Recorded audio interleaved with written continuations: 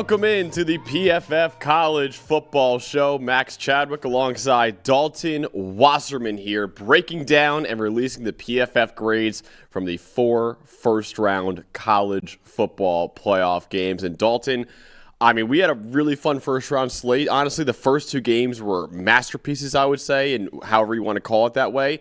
But I would say all 4 were very interesting and telling, and we're going to have a lot to talk about today. Certainly full of storylines when you look at the first 2 games being so close and just how they went down. Obviously, then you had the storyline of Ole Miss without Lane Kiffin and dominating Tulane the way they did. And then an interesting bit from Dan Lanning after the Oregon game, despite what was on paper a dominant victory, but not too pleased with his team, and he knows going into that next round they're going to have to play a lot better. You should have pulled a Fran Brown and made them run gassers after the game was over. Oh, see that? When Fran Brown did that at the UConn win? You know what? And probably did actually do that with nobody around. He may have. It seemed to be, from all reports said it was a pretty somber environment. But they got the win, and you know what? We've got 8 really darn good football teams remaining. Oh, man. The quarterfinal round that we have coming up is unreal. Got our guy Harbs in the chat right now saying, on the 21st day of Christmas, my true love gave to me a Sunday PFF College Football Show. On the first 20 days, they gave me 30% off PFF Plus for a limited time. Thank you, Harbs. Appreciate that. Absolutely. And reminder right now that if you use the promo code HOLIDAY30, you can get PFF Plus for 30% off right now. Once again, holiday season's coming up very, very soon, which means this limited time offer is going to go away very, very soon as well. Again, PFF Plus, 30% off right now. If you want to see the grades and data for every single one of these playoff games and every single one of the bowl games too, and in the NFL, we had a couple great NFL games yesterday too. You can get all of that for 30% off right now with a PFF Plus subscription. Again, 30% off when you use the promo code HOLIDAY30. You get access to the grades, data, analytics that every single NFL team uses and over 240 college football programs use as well. And you get access to our 2026 NFL mock draft simulator and our fantasy football tools and our betting tools, all for 30% off right now when you use the promo code HOLIDAY30. Appreciate the assist from Harbs right there. He's very good at setting me up for all of the transitions here on the show. I was going to say, I mean, I don't know if he is or isn't. Man, he should get into advertising. You should. That was just natural. That was great. Just segue right into it. He's like a John Stockton of the show, honestly. Absolutely. Yeah. He really is. Just set you up perfectly, man. But hell, he's like the co-host, really. He is. Man, honestly, man. we got to get Harbs on the show at some point. Honestly, that'd be incredible. We should do like a show with all our listeners. But first up, Dalton, let's dive into the first game of the playoff. It was Alabama beating Oklahoma by a final score of 34-24. Let's go over the highest grade players in this game, starting off with the Alabama Crimson Tide. Highest grade player for Alabama was the freshman receiver Lottie Brooks, 85.9. Linebacker Deontay Lawson, 78.4. Another linebacker here, Justin Jefferson, 75.1. How about Keon Keeley, man, the former top 5 overall recruit coming out a few years ago with a 73.4 grade for him at edge rusher. The center, Parker Brailsford, 72.6. And Ty Simpson with an outstanding 82.9 grade in this game against Oklahoma. For the Sooners, their highest grade players in the loss, Grayson Halton with a 73.2, offensive guard Febuchi Nwayu with a 72.4, Marvin Jones Jr., 72.1, the edge rusher.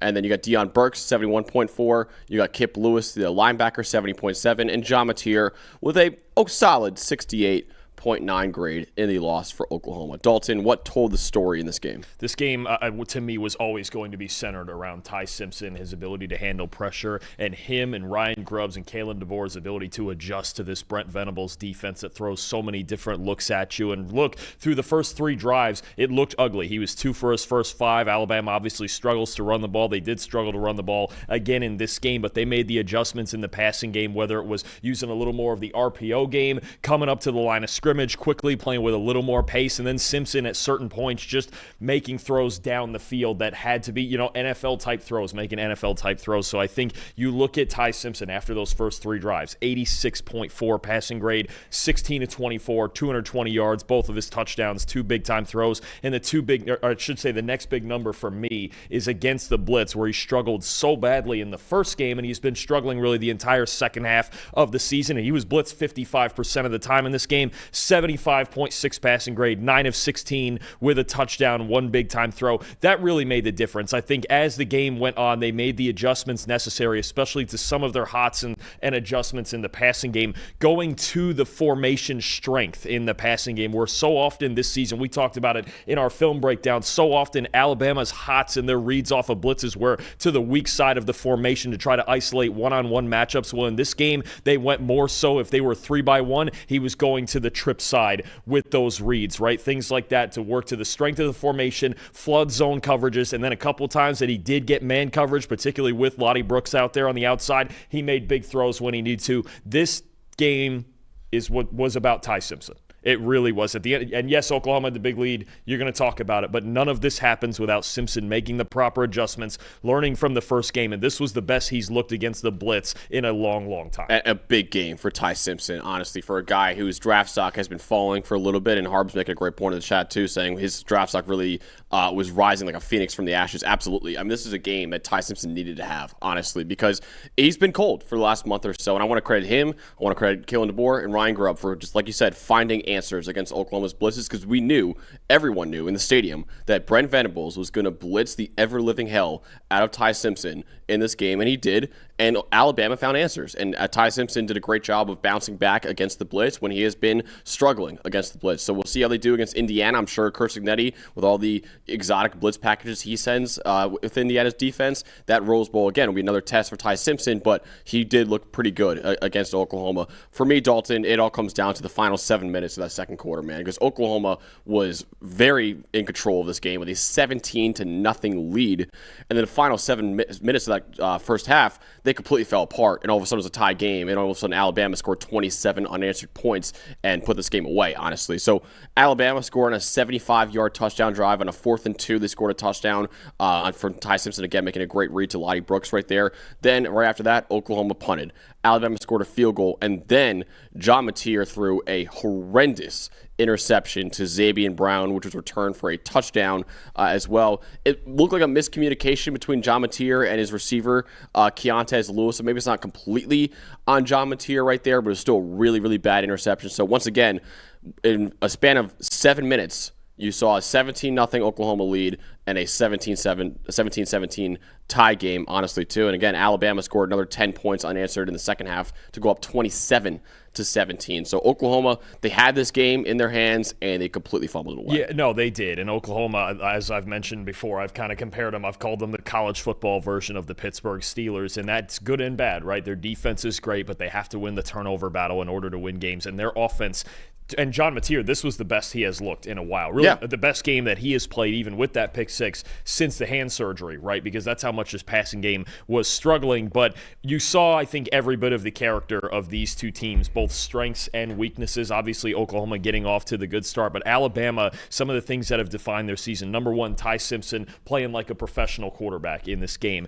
2, how many more timely turnovers are they? I mean, it's not just about, they get a lot of turnovers and they get them at, pretty good times. They get the exact turnover they need, it feels like, in every single one of their wins, right? 2 Bo Prabula interceptions in the Missouri game. 2 Diego Pavia red zone turnovers in the Vanderbilt game. The Zabian Brown pick six against Tennessee that really turned that game upside down. I mean, how many times are they just going to get the exact turnover that they need? And even in this game, you had the drop punt from Oklahoma's punter. They gave Alabama 3 points. It was 17-10, but Oklahoma was rolling pretty well on offense for most of the first half. And then Mateer makes that throw, and the game is tied. And it felt like Alabama could go into halftime and just go, look, this first half was a circus. It was, in a lot of ways, a disaster, and yet we're tied. Let's go be the better football team. So really, and then, even on the weak side, for Alabama and their flaws, you saw pass rush, inconsistent, to say the least. Run game, still basically outside of one carry, non-existent. It just really came down to me, again, Ty Simpson, number one, playing like an NFL quarterback, and 2, the turnover margin. Alabama lost it 3-0 last time. The pick six made a huge difference. The drop punt there that the special teams played before that, which I'd never seen that. I'd never seen a punter just drop a ball too far in front of him. I mean, it's just insane. But you talk about how quickly the momentum can shift because of those turnovers, and Alabama's been making those happen all season. I'll tell you what, it was a rough day for Oklahoma special teams out there, too. Yeah, it sure was. Our Luke Rosa Award winner, the actual Luke Rosa Award winner, Tay Sandell, also missed missed a couple kicks in that game too. So that a very uncharacteristic misses from. I believe they're both from 50+ yards, but again, he was 7 for 7 from 50+ yards going into that game too. Yeah, and a short punt that gave Alabama a short field in the second half as well that led to a touchdown. No, the punter for Oklahoma really he struggled out there. It wasn't a great game for him. Dalton, who impressed you the most in this game though? Give me the freshman receiver Lottie Brooks. I mean, you're talking about a day where Ryan Williams had 1 catch for 5 yards. You're talking about a day. Yeah, how about that? The number 2 for Alabama's defense had a catch before number 2 for Alabama's offense. True. Yeah. I mean, you look at Lottie Brooks right here, man. I mean, you talk about a kid stepping up. Ryan Williams, 1 catch for 5 yards on Alabama's last real offensive play of the day. Jeremy Bernard made the 1 great catch in the second half, but he only had 3 catches for 40 yards. But Lottie Brooks comes out here and steps up. Just a couple of huge plays, 3 huge plays in particular. Number 1, on Alabama's first touchdown drive, the corner route against man-to-man coverage that really got the drive started. A great throw from Ty Simpson to start. It just felt like that was a play on offense they needed to just take a breath and go, okay, we're not going to go 3 and out every drive of this game. The touchdown, the first touchdown when he broke, 2 or 3 tackles there, awesome. spinning on into the end zone. Down too, yeah. On a hot read, on a blitz for Simpson, and Brooks just makes it happen inside the 5-yard line. And then another corner route for his second touchdown. I mean, just a great throw from Simpson and a great route against, I believe it was Peyton Bowen he was against on that route. And you just look at a young guy like that stepping up. When Ryan Williams is struggling, dropped another pass, I think his 10th of the year in this game. Jeremy Bernard made 1 play but was very quiet otherwise. They still couldn't run the ball. Brooks stepping up like this, what a huge performance, especially against this defense. And a true freshman too. The fact that he's this good. That was a theme this weekend, wasn't it? Oh, man, dude. He was so good. I actually saw a post go viral. So when Lottie Brooks committed to Alabama, I believe Lottie Brooks is only like a 3-star recruit coming out, right? So when he committed to Alabama, I think a lot of people who aren't Alabama fans were quote tweeting and be like, wow, look at how far Alabama's fallen off. They're only getting 3 stars now. Now it's like, hey, that guy's pretty good. I think Kalen DeBoer knew what he was doing. He was recruiting Lottie Brooks, honestly. This guy's a pretty good football player and way better than what he was ranked coming out of high school, too. And, yeah, he is a rising star for Alabama's receiving core right now. And like you said, Ryan Williams was very, very quiet in this game. Jerry Bernard had a pretty solid day out there. Obviously, that unreal catch he had later on in the game, too. But Lottie Brooks, make no mistake, he was the star receiver and he was the go-to guy for Ty Simpson. I want to shout out the linebackers for Alabama in this one. Both Deontay Lawson and Justin Jefferson were very good in the middle of Alabama's defense. Deontay Lawson had over a 78 PFF grade, over an 82 run defense grade, over a 70 coverage grade. He had 2 run defense stops, 3 coverage stops, also 2 pressures and a sack for Deontay Lawson. For Justin Jefferson, over a 75 PFF grade.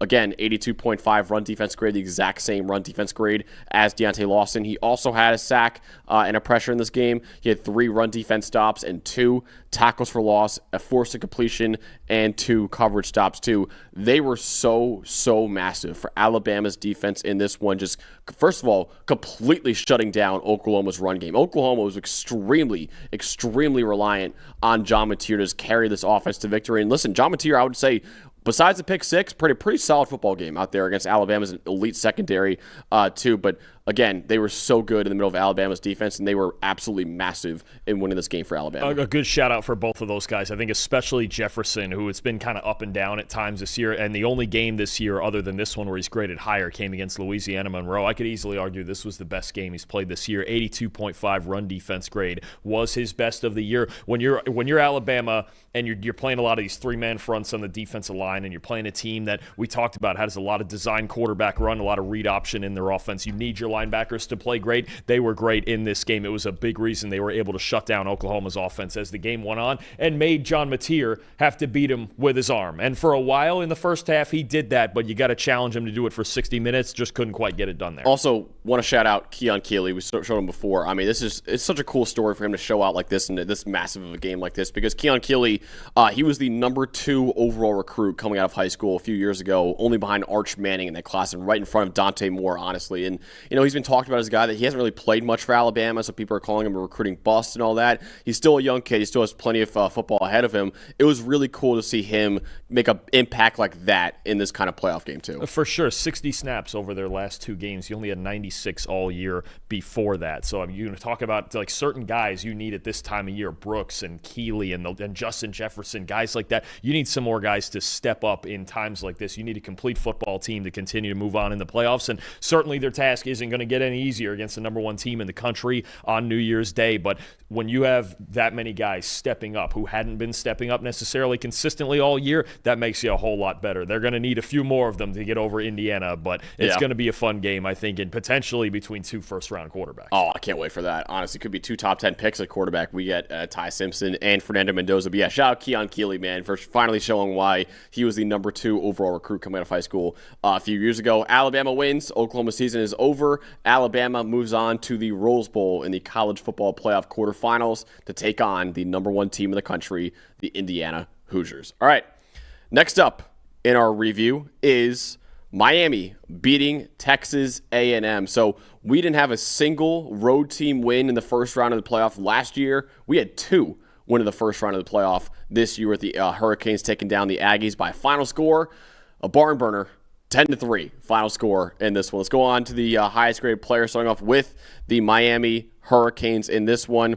Highest graded player for Miami was their safety, Bryce Fitzgerald, 85.9. Akeem Mesidor, 79. Ruben Bain Jr. with the blocked field goal. That doesn't go into his defensive grade. It does go into his special teams grade. He was still outstanding out there on defense, though, with a 75.9 PFF grade. D-tackle Justin Scott, 73.3. Inez Cooper, the guard, 73. And Carson Beck, he struggled out there with a 45.5 grade. For Texas A&M, their highest grade players in the loss, Dalton Brooks, 85.7. Albert Regis, who unfortunately went down with an injury later on in the game at D-tackle, 78.5. Torian York, the star linebacker, 77.3. Edge rusher TJ Searcy, 76.9. Linebacker Damian Sanford, 70.1. And Marcel Reed with a 59.2 grade in the loss. Dalton, what told the story in this game? I'll start with Miami's offense, which obviously offense in this game is tough to talk about because it was 10-3, and it honestly you could argue it should have been 6-3 because first, great as it was to see Malachi Toney get the touchdown on the jet sweep as kind of redemption for the fumble he had a few minutes earlier,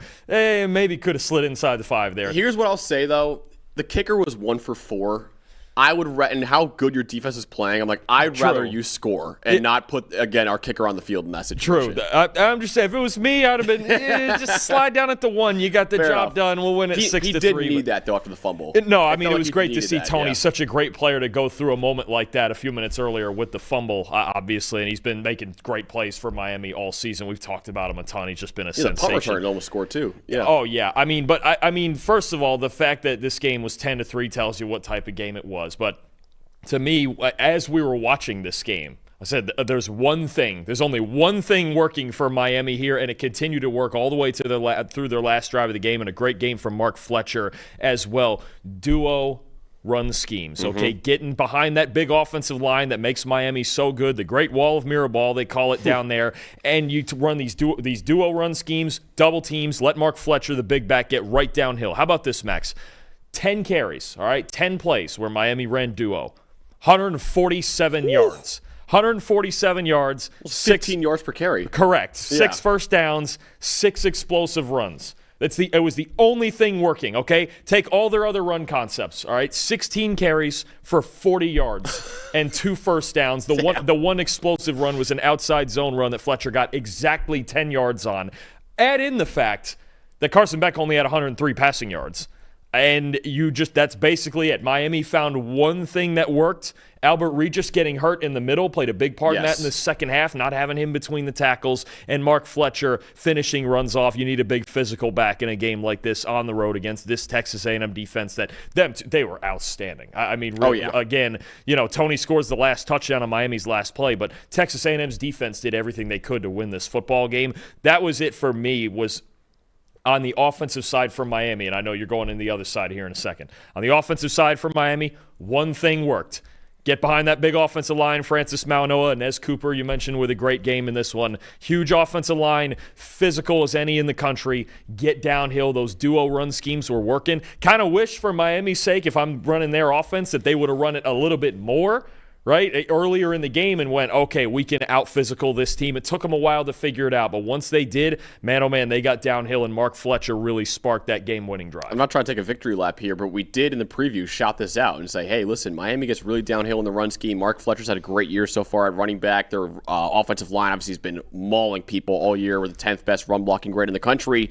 And A&M, They allow 5.4 yards per carry on either inside zone or gap runs, really just right down the middle runs. That's 115th in the country. So I mentioned that before in the preview, saying, hey, listen, Miami, with all their gap runs that they run, it could be a mismatch. And it was, honestly, in this game. Dalton actually really reminded me, and I tweeted this out last year, the playoff game between Clemson and Texas, where it was like the reason why Texas just completely dominated that Clemson defense, I should say, the outside zone was just working to perfection against Clemson. It felt like that to an extent, too, where it was just like Miami just found a concept that was working, and they just put their thumb on it. In the run game especially, that's what you have to do. When you find something that's working and you're physically mauling people like that, you mentioned Texas against Clemson last year or the Miami game with the duo runs this year. When you find a run scheme that's working, you keep pressing that button until it doesn't work anymore. I think about a game a couple weeks ago, Ben Johnson and the Chicago Bears, just constantly those zone runs against the Philadelphia Eagles on Black Friday, same way. Just keep hitting the button until they prove they can stop it. And in the biggest moments of this game, especially that last drive, that's what kept working for Miami. Get behind this offensive line. And just it feels like, just like Damian Martinez last year, Mark Fletcher, just such an underrated part of this. I mean, Carson Beck obviously has had a very good year. Malachi Toney, we've talked about a lot. You get other contributors at receiver, but Mark Fletcher being just the engine that he can be, in the run game, just like Martinez last year, right? A lot of those short yardage situations or when they needed to get physical. Yes, they had Cam Ward and Xavier Restrepo and Elijah Arroyo and all those guys, but Martinez filled that same role last year. It was just, man, we need a horse on the inside who can get us yards between the tackles. So Fletcher, obviously their best offensive player. I would argue their best offensive player in this game, a handful of explosive runs. Obviously a lot of guys that played well not a ton of guys that played well offensively, but him and the offensive line really set the tone as the game went on when they had no passing game. And there was really no other concepts. It was just like, listen, we got to be more physical out here. Yeah. So big time way to grind through for Miami's offense. And then on the other side, obviously a spectacular defense. Yeah, absolutely. Yeah, Mark Fletcher Jr., I want to shout out him, though, because he said he's been so underrated for that offense all year, and he was the star for Miami's offense, I would say, in yesterday's game. Got to shout out the Miami defense, though, too. Marcel Reed, the stat told a story for me. Marcel Reed, 49.6 passing grade. And listen, neither quarterback played well. You saw Carson Beck's grade earlier. But Marcel Reed, as he's done a lot this year, made some critical mistakes for Texas A&M's offense. 3 turnover-worthy plays. All 3 of them were turnovers for Marcel Reed. He fumbled in the first quarter on the 29-yard line. So Texas A&M was driving down the field about to take the first points of the game. He fumbled in that one. Threw a really bad interception in the third quarter. Then he got picked off, obviously, in the end zone on the 3rd and goal from the 5-yard line, too, where he just threw a really inaccurate ball that was picked off. And listen, I've said it before. He has been the Achilles heel for this Texas A&M team. That and the inconsistent run defense has been the Achilles heel for A&M all year. And this is one of the best A&M teams that we've had in a very, very long time. But Marcel Reed, and again, the current version of Marcel Reed, because he is still a very young kid. He can still develop and get better as years go on. But the current version that we saw this year, he was never, ever a legitimate Heisman Trophy candidate. And again, just the turnovers, the decision-making, the accuracy is just not good enough right now. Now, he can still develop. He's still very physically talented. He's a great runner too, but he's got to get a lot better as a quarterback. And we'll see what he looks like next year and whether or not or how good he'll be next year for Texas A&M. But as of right now, he did not have the decision-making or the accuracy to truly make Texas A&M a legitimate national title contender, in my opinion. Agreed. He's very heavily dependent on play action still. Look, his legs are absolutely a weapon. You saw that in this game, Miami. And they should have used it more, honestly. There should have been more designed run for him in this game because you play that numbers game with Miami's front 7. And Miami, as the game wore on, their defensive line, it felt like only got more and more and more physical.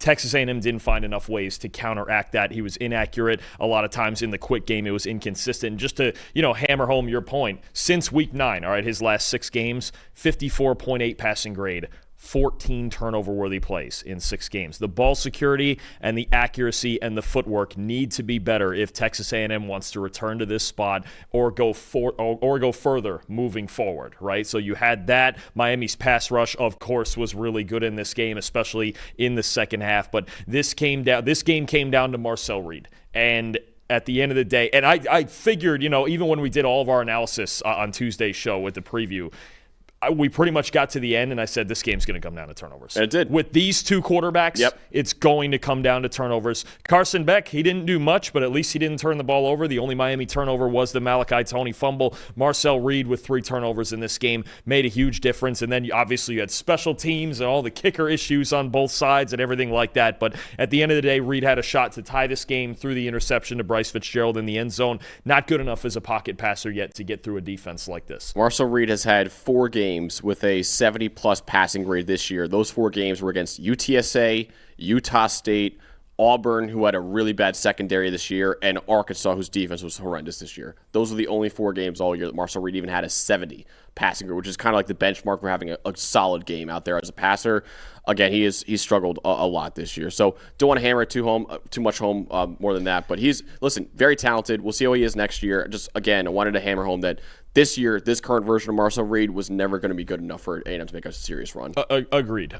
Look, and this is a great football team. They've got a great defense. Their defense, again, they did everything they possibly could have. They also didn't run the ball all that well. And again, as the game wore on, Miami, as they've done so often this year, proved that they were the more physical team in an incredibly ugly slugfest of a game, right? So I think we went to halftime of this game scoreless. Yeah, it was scoreless. The first ever scoreless playoff game going in halftime. I mean, a scoreless first half. Miami comes out and kicks a field goal to start the third quarter, and it was just one of those games that was going to be won on just every little margin because there just wasn't much to work with offensively. Honestly, both defenses were just spectacular. I know only 13 points were scored, but I feel like it was one of the most entertaining playoff games we've seen in a while. Oh, I mean, it was very entertaining. You had at times, I mean, plenty of NFL talent on the field, right? Especially on the defensive side. You had at times a comedy of errors, especially on special teams, right? You had times where it's like, okay, now they're going to score it. No, they're not. Like it was a very college football game. And then even in the roughly, the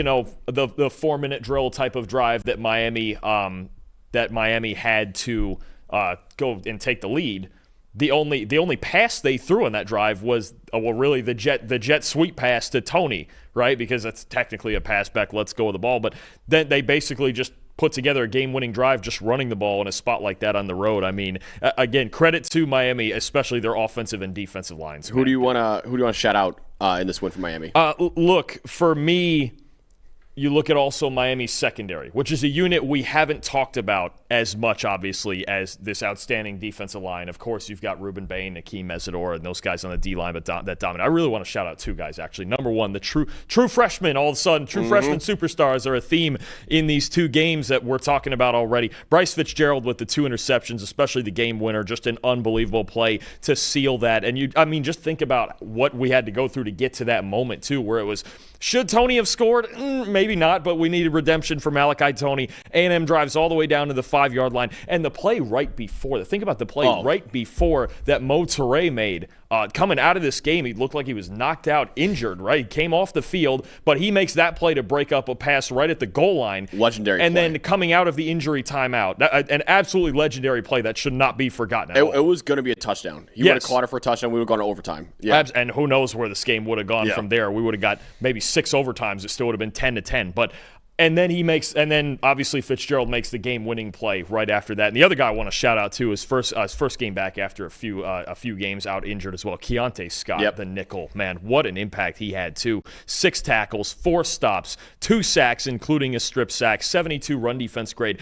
Keontae Scott's really the glue that holds the back 7 of that defense together, because in that nickel spot, their run defense is so much better with him out there, and he's so aggressive and so good at getting off blocks, even at just 6 foot and 190 pounds. And then in coverage, also an asset, obviously, in the slot. He's really the glue guy on the back 7 of that defense, while the defensive line does all that work in the front 4. So those 2 guys in the secondary, they need a big-time shout-out. And this Miami defense, they proved in this game they're a complete defense, especially when Scott's back out there on the field. Definitely. Andrew Harbaugh in the chat saying, I'm shouting out Michael Irvin for making me question if I'm a fan of anything. He is just he's like the ultimate super fan. Oh, dude. yeah. He rocks. Yeah. I love Michael Irvin, man. He is living and dying with every snap out there. We saw him even last year when we were down there in Louisville watching Miami play Louisville. And man, I mean, he's just there's everyone say, "Oh, I'm this team's number 1 fan." No, the Miami Hurricanes' number 1 fan is Michael Irvin, and one of the greatest all-time players in Miami history too. I mean, just that's you. He's you want a vibes guy in your sideline? Dude, I need that. if I'm a head coach of any program, I'm finding the most diehard fan out there, and I'm putting him on the sideline just for the vibes. Honestly, I think it'd be incredible. Oh, absolutely, yeah. And it helps when he's a Hall of Fame type player too. I want to shout out the Miami defensive line in this one. Miami's 4 highest grade players were defensive linemen, honestly, or some of their 4 highest grade players were defensive linemen. 52% pass rush win rate, 33% pressure rate against a top 20 offensive line in pass blocking grade. Trey Zune was obviously talking a lot of smack about Miami's defensive line, specifically Ruben Bain Jr. Ruben Bain had a very interesting locker room video afterwards. I love Ruben Bain, dude. That guy's a psychopath in the best way possible. But Akeem Mesidor, 11 pressures and a sack. Ruben Bain Jr. had 7 pressures and 3 sacks out there, too. They also held the Aggies to only 119 yards on the ground. Again, Akeem Mesidor, Ruben Bain Jr., David Blay Jr., and Justice Scott, they are all outstanding against, again, what's been a really, really good Texas A&M offensive line all year. I mean, we've talked so much about Bain this year, but the game Mesidor had, just unreal. 90 pass rush grade, 11 pressures, 1 sack himself. I mean, just monsters. I mean, those two guys are they're the reason when you have to play against Miami. Those are the 2 guys that really keep you up at night. Mm-hmm. And you go, how do we work around this? And the 2 teams that were just able to work around it in Louisville and SMU, they found a way to get rid of the football quickly and make accurate. Kevin Jennings and Miller Moss making accurate throws, and you don't have a whole lot of time. You don't have 3, 4, 5 seconds to get rid of the football when you've got Mesidor and Bain coming at you in the pocket. So dominant effort from both of those guys as we get just about every single week, and it's going to be fun to watch them now go against an even better offense with Ohio State, Julian Sand, and that Ohio State offensive line that's played really well for most of the season. Absolutely. Ruben Bain also blocked field goal out there, too. And a block field, good call. Yeah. That goes in a separate special teams grade, but the block field goal as well. And in a game like this, that's huge. Boy, every single point mattered because there wasn't very many of them. And how about that for short arms, Ruben Bain, Dalton? All the talk about his short arms out there, Ruben Bain says, you know what? I'm still one of the best players in the country. Got the good vertical, though. I'll tell you what, man. I don't care how long his arms are. I'm taking that guy in the top 5 of the draft. In this draft, I'm not passing him up. This guy's a monster. I don't care how short his arms are. Absolutely. And just one more note. You talk about those 2 guys also in run defense, setting the edge. Take out the Marcel Reed scrambles. You're talking about 22 carries they allowed and 73 yards. 22 carries for 73 yards for this A&M run game as well. So those 2 guys setting the edge in the run game, dominating, combining for 18 pressures in the passing game. Just an unreal pair of defensive ends that they have. And I've talked about this. This playoff field to me felt like a field loaded with incredible defenses, and Miami's is the reason that they can win. These are all one-game scenarios. Those 2 guys off the edge, again, they keep you up at night. I want to go back real quick. I just want to talk about it. I don't think it was a great game plan from Holman Wiggins either. I think he put the ball in Marshall Reed's hands as a passer way too much. They should have had more design. I feel like they missed Colin Klein out there, who's now, of course, the Kansas State head coach. I think it felt like they abandoned the run later in the game. Yeah. Even though it was 3-3 for a long time, and Miami never abandoned it because Miami knew they weren't going to be able to throw it. You could see that pretty quickly. And I mean, look, A&M did everything they needed to do on defense. 3rd down, they were outstanding. They held Miami to field goal attempts that they kept missing. And Malachi Toney, what did he actually finish with for receiving? Was it 29? It was 22 yards Malachi Toney had receiving. I mean, you'll take that all day long. You hold Malachi Toney to 22 yards, you should win. You should beat this team, but couldn't get it done offensively against a great defense. Absolutely. All right. Shout out to Miami for their 10-3 win over Texas A&M. Miami moves on to play Ohio State, the number 2 team in the country. New Year's Eve, man. You get right up to midnight with Miami, Ohio State. That's one of the great rivalries that we had back then in college football, obviously with those 2 playing in the national title game. Very controversial national title game back then. Miami, Ohio State was going to be an awesome quarterfinal in the Cotton Bowl on New Year's Eve. Can't wait for that one. Before we move on to the final 2 games here in this review, got to talk about the sponsor of the show. That is Western and Southern. Our game plan of the week is presented by Western and Southern Financial Group, a game plan for your financial future. I got to shout out, again, Kalen DeBoer, Ryan Grubb, and of course Ty Simpson too, for their game plan against Brent Venables' blitz package, because they knew that Venables was going to blitz a lot in this game, and they were much more prepared for those blitzes in this playoff game than they were back in the regular season. And just like every team win starts with a great game plan, your future should too. With life insurance built like a championship roster, Western and Southern helps protect you and your family so you can focus on winning today knowing tomorrow is covered.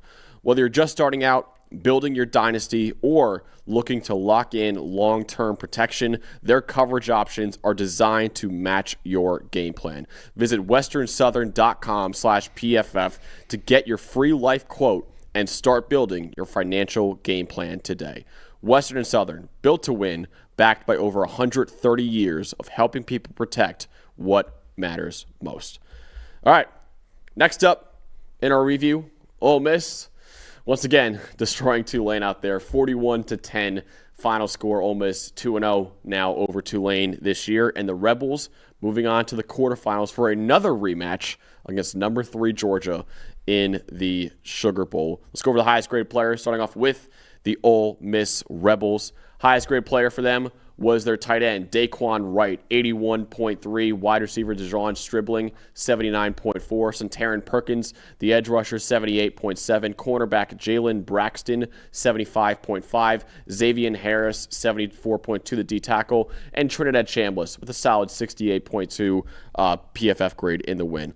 Now for Tulane in the loss, highest grade player was Jamari McClure, the running back, 73. Edge rusher Harvey Dyson, 71.8. D tackle Santana Hopper, 71.4. Center Jack Hollyfield, 70.2. Wide receiver Anthony Brown Stevens, 69. And Jake Retzloff with a 52.1 grade. Dalton, what told the story in this game? So early in this game, we had talked about in the preview how prolific Trinidad Chambliss was this year throwing the deep ball, and he was 5 for 6 throwing deep balls against Tulane the first time around. So essentially what Tulane did right from the jump in this game was deep zone coverages. We are sitting way, way, way off. If you're going to score on us, we're going to at least make you earn it in a few plays. Now, Ole Miss didn't take them very long. When you talk about 3 plays on their first drive, I believe the next drive was 4 plays. Their first 7 plays of this game, 2 drives, 14 points, 135 yards.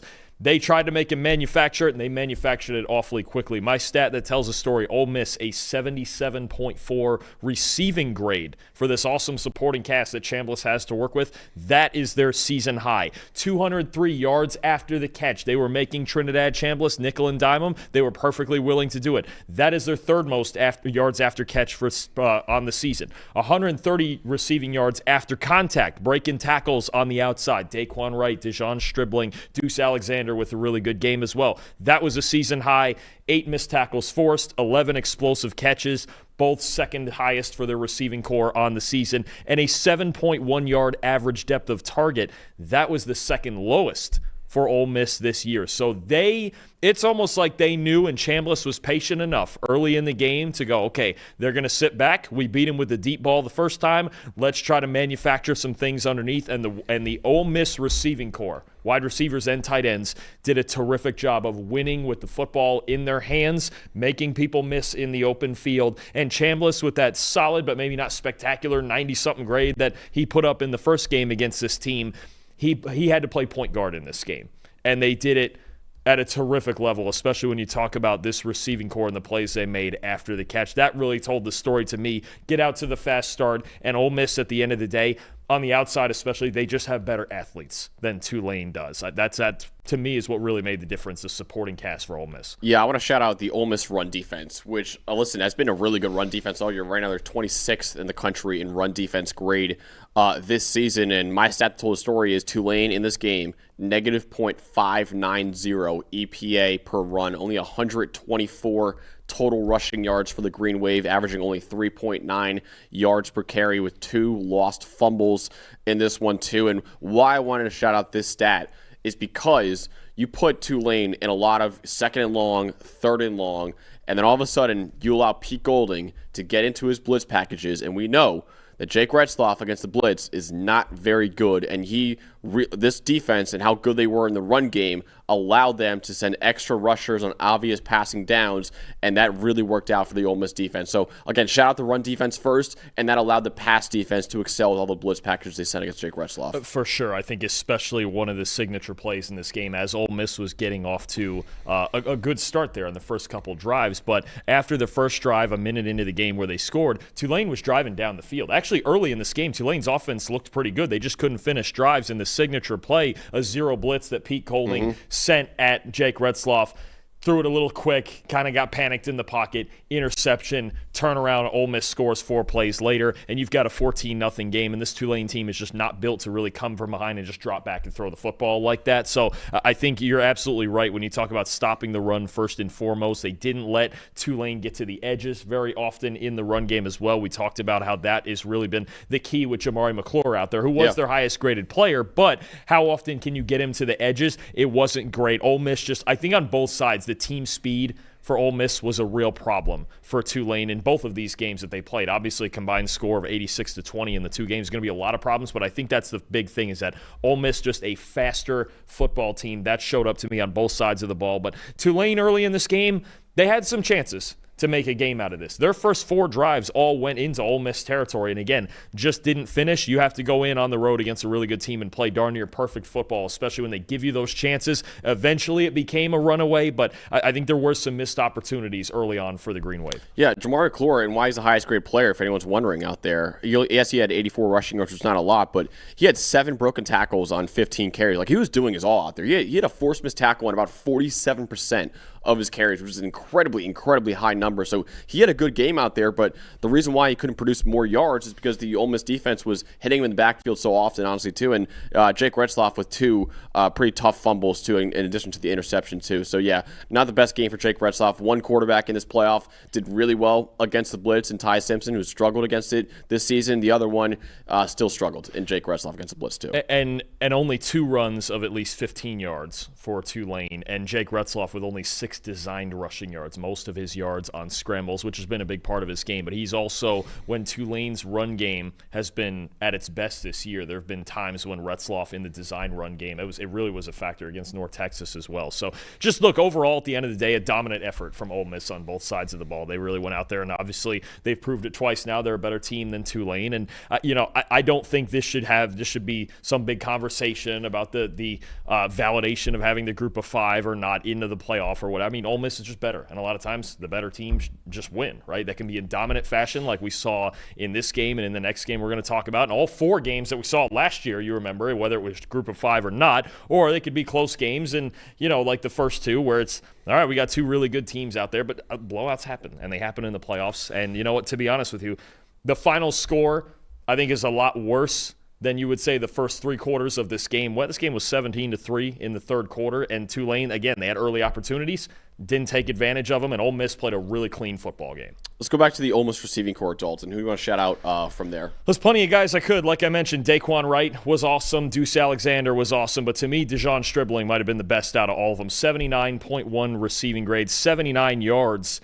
66 of them coming after the catch. I think that really just represents what Ole Miss was doing on offense. He caught the only passing touchdown of the day and forced 3 missed tackles. So as a unit, they were awesome. If I was picking one guy out, I would take Stribling. But again, Alexander was great, Daquan Wright. And it's funny because any given game, we've talked about this before, they have so many weapons. It could be somebody different, right? Didn't hear much from Harrison Wallace in this game. Winston Watkins didn't have a catch, but I think that's kind of the beauty of it is Trinidad Chambliss, he can just go out there and make this receiving corps just a meritocracy, where it's just like, hey, whoever's open, you're getting the football. I don't care who it is. In this game, it was Stribling and Wright and Alexander. Next, in the next game, it might be Winston Watkins. It could be Harrison Wallace. It could be these guys again. It could be a 2nd or 3rd tight end, and it could be Caden Lee in the slot. They just have so many weapons, and when they're really rolling, he's distributing the ball all over the place and to the right spots. Yeah, Ole Miss has the 5th best receiving grade in the country, only behind Ohio State, Indiana, USC, and Notre Dame.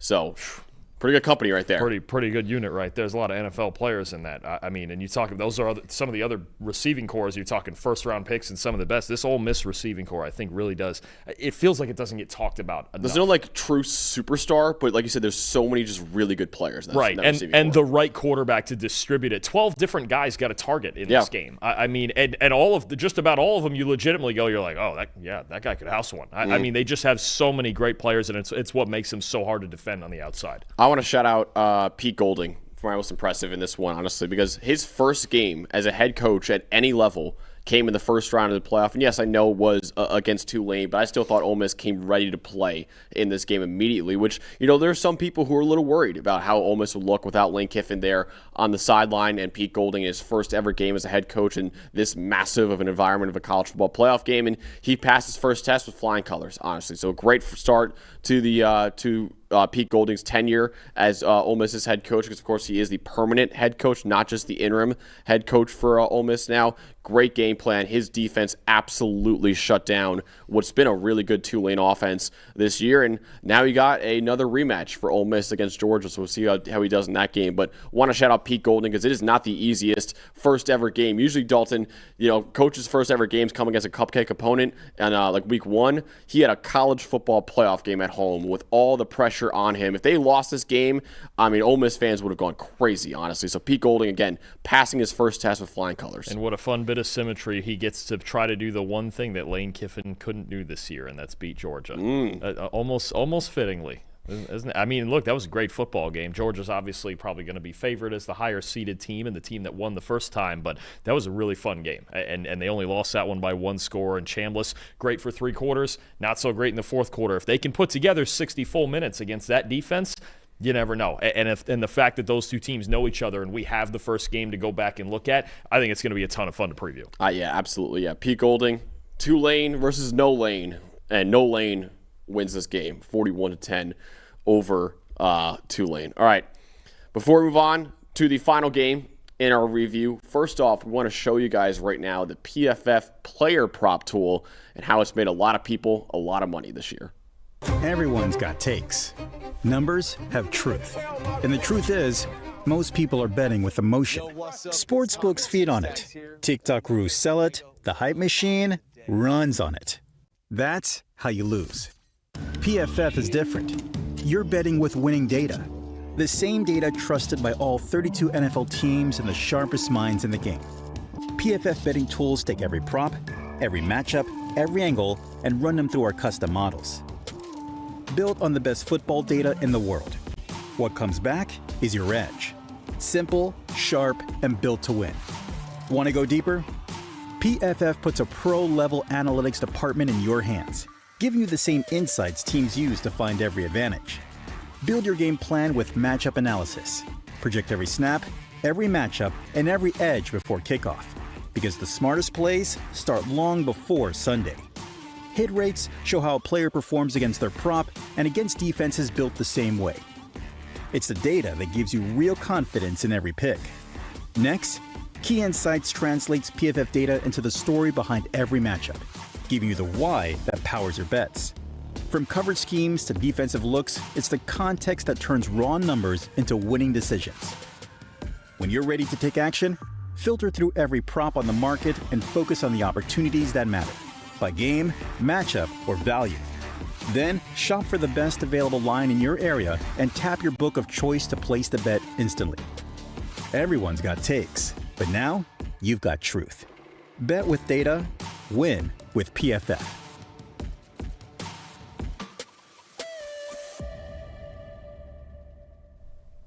Once again, that player prop tool and all the other PFF stuff is available for 30% off right now and use the promo code HOLIDAY30. All right, final game in our review. Oregon taking down James Madison 51-34. Let's go over the highest graded player, starting off with the Oregon Ducks. Highest graded player for Oregon in this game was their running back, De'Aaron Hill Jr., 70.7. Wide receiver, Jeremiah McClellan, 83.7. Actually, type that in wrong. That should be a 90.7. 90.7. That one's on me. 90.7. Early morning errors there. 90.7 for De'Aaron Hill. I was going to say, all right, I feel like De'Aaron played a lot better than that. But yeah, 90.7 grade for De'Aaron Hill out there. Dylan Thieneman, our guy, 80.1. Wide receiver, Malik Benson, 73.6. Isaiah World, 73.3. And Dante Moore continues to show why he's one of the best quarterbacks in all of college football with a 90.4 grade against James Madison. Going from the Ducks to the Dukes here with James Madison's highest grade players. Offensive tackle Pat McMurdy with a 77.3 grade. Landon Ellis, the wide receiver, 75.3. Linebacker Trent Hedrick,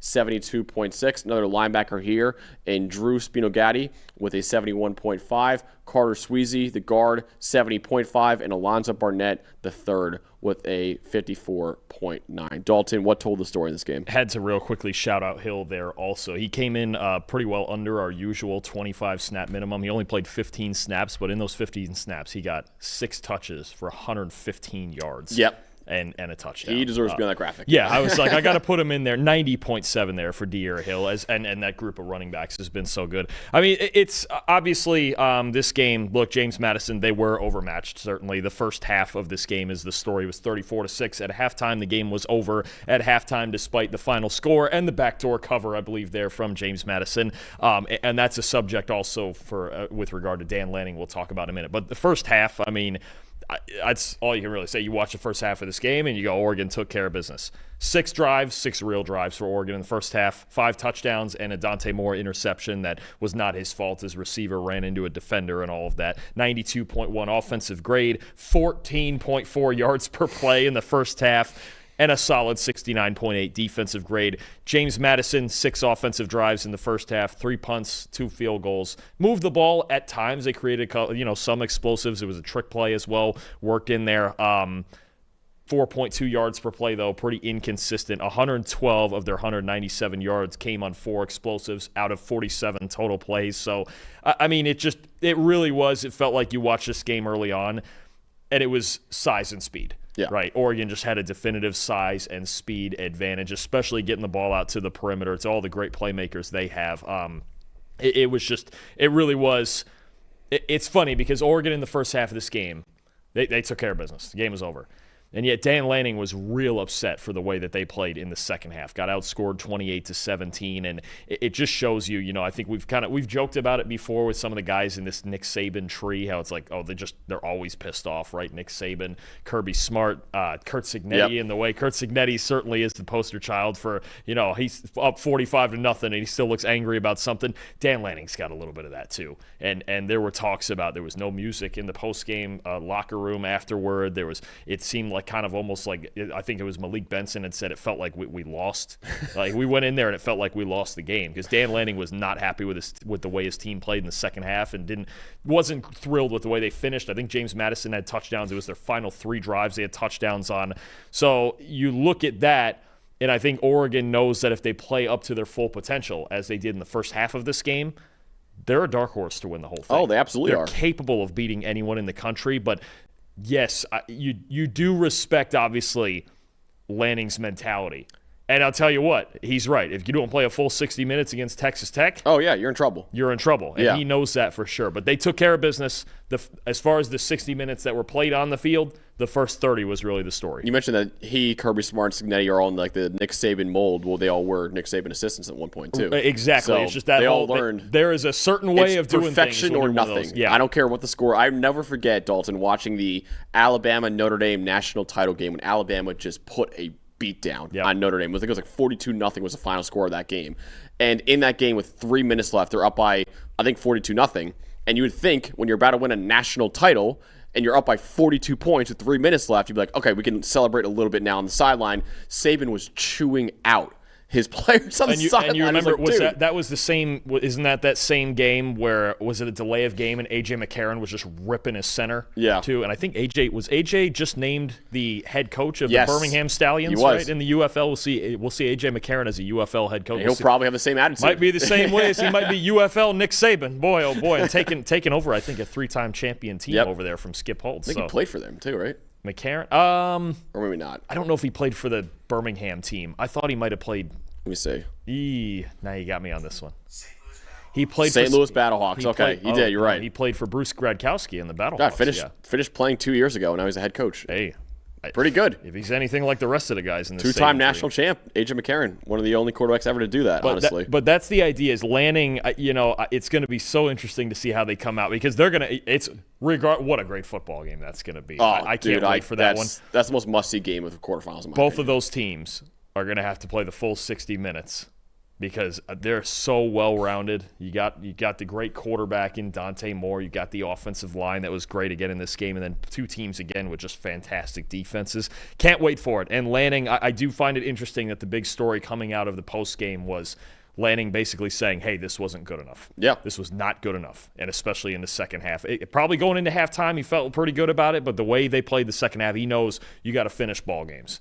You got to play the full 60 because now it's going to be – the road is going to be at Texas Tech and then either in Indiana or in Alabama, and then somebody on the other side of the bracket is really good too if he's going to get all the way there. So he knows this team's going to have to play a more complete game than they did in the second half, and I respect that. I really do. That's really something to come out of this game and go, hey, we have a lot to get better at still. As a great team we are. Again, that shows that Dan Lanning is one of the elite coaches in college football. The fact that, beating a team 51-34 in a college football playoff game is not enough for him. I think it shows just how awesome of a coach he is, and why, if I could buy stock in almost any coach in the country, probably Dan Lanning first for me. I think he's not even a rising star anymore. He is a star in college football right now. I want to shout out the Oregon offense, 9.7 yards per play for the Ducks. And listen, I know it is a group of 6 defense. It is the best group of 6 defense that we have in James Madison, and yet Oregon still averaged basically a first down per play and put up 51 points on James Madison with 514 total yards, 199 rushing yards for Oregon with 7.7 yards per carry, 300 passing yards for Dante Moore. Actually, Dalton, our producer Eli, had a bet on Dante Moore to hit 300 plus passing yards, and I believe it was a correction that got him to 300 at the very end of it too. So you got a big boost on it to win that bet too. Shout out Eli for that. He should get an extra boost for getting exactly 300. Exactly 300. Sure. Yeah, he didn't even need the plus. Yeah, should have just called out exactly 300. Man, but I mean Dante. I know you're going to go more into it. Dante was unreal, dude. I'll talk about him in a second. This is just if he's going to play at this level, they are fully capable of winning the whole thing. Oh, absolutely, yeah. 11.5 yards per pass for Oregon, and listen. You go from the best group of 6 defense in James Madison to the best defense overall in college football in Texas Tech coming up very soon. Oregon keeps playing like this. They are going to be a dangerous team, not only for Texas Tech, but to win the whole damn thing for their first ever national title. So, yeah, Oregon's offense was so awesome in this game. If you told me James Madison would score 34 points on Oregon, I'd be like, they're in trouble. They might lose that game. Yeah, but the fact they put up 51 points with 10 yards per play against, like I said, what's been an elite defense in James Madison all year, that was very, very impressive. No, absolutely. I mean, that JMU team, they certainly they earned their keep this season, and that defense was the biggest reason. They've got studs on that defense, but Oregon, the biggest thing, again, kind of like the Ole Miss game, too, was just the difference in team speed. Really, the Oregon was getting the ball out to the perimeter. And how about Dante Moore? 2.03 seconds on the average time to throw, and still attacking downfield with a 10.5-yard average depth of target, 4 of 5 on the deep ball. I mean, just they had it working. They just had it working. And this offensive line, and it's going to be the ultimate test now going forward for this offensive line going into this Texas Tech game, but outstanding again between the time to throw for Moore and then the O-line is just great as always. Only under pressure one time the entire game. I'll tell you what, Dan Lanning, I know he's not thrilled with this game. You know who is thrilled with this game? Kentucky fans. They watch this game, and they go, damn, we're getting a good one in Will Stein, man. Yeah. Oh, boy. I can't wait to see him at Kentucky, man, because he is an awesome, awesome offensive coordinator. He had an awesome game plan in this one against, again, a really good James Madison defense. Who do you want to shout out, Dalton, for most impressive? Well, I know Dan Lanning's a little worried about his defense and the way they played in the second half. The one guy he doesn't have to worry about, one of my favorite players in the country, the safety, Dylan Thieneman. Once again, just outstanding. 7 tackles. 80.9 coverage grade, highest graded defensive player for Oregon's team. 6 targets in his direction, 3 catches allowed, 5 yards, 1 pass breakup. Dylan Thieneman, to me, kind of like I talked about before, in a different way, because Keontae Scott from Miami's a nickel, and he really plays in the slot and down in the box a lot, and Thieneman does too, a good amount, but the glue that holds that whole secondary together. It's Dylan Thieneman. He's been everything that Dan Lanning could have asked for and more, transferring in from Purdue. Just an outstanding player. I still think easily should be a top 50 prospect in this coming draft. Agreed. And he's the guy on this defense. We're going to talk about Caleb Downs at Ohio State, KJ Bolden, for Georgia, Jacob Rodriguez at linebacker at Texas Tech. There's always one guy in great defenses that you have to account for on every single play. In this defense, it's Dylan Thieneman. He's everywhere all the time. He's blazing fast, and he's so much better and more versatile than he used to be. We knew him at Purdue as arguably the best single high safety in the country, right? That true Earl Thomas kind of free safety back there, just hunting down passes in center field. Now he's everywhere. He's a true complete safety, and I think that's really what's going to make him a legitimate player in the NFL, is that he can do anything, and he does it at 100 miles an hour. And I remember last year when Thieneman didn't have that great of a sophomore year, and we're saying, well, listen, Purdue put him in the box. What the hell were they doing out there? Turns out it's probably more of a Purdue problem than a Dylan Thieneman problem, because now it goes to Oregon, and yeah, he's still not playing that much as a single high free safety. Like you said, he's playing in the box a lot more too, and he's still an awesome football player. He showed that, after his true freshman year, Dalton, I said, hey, he's a great single high center fielder, free safety. Don't do anything else with him.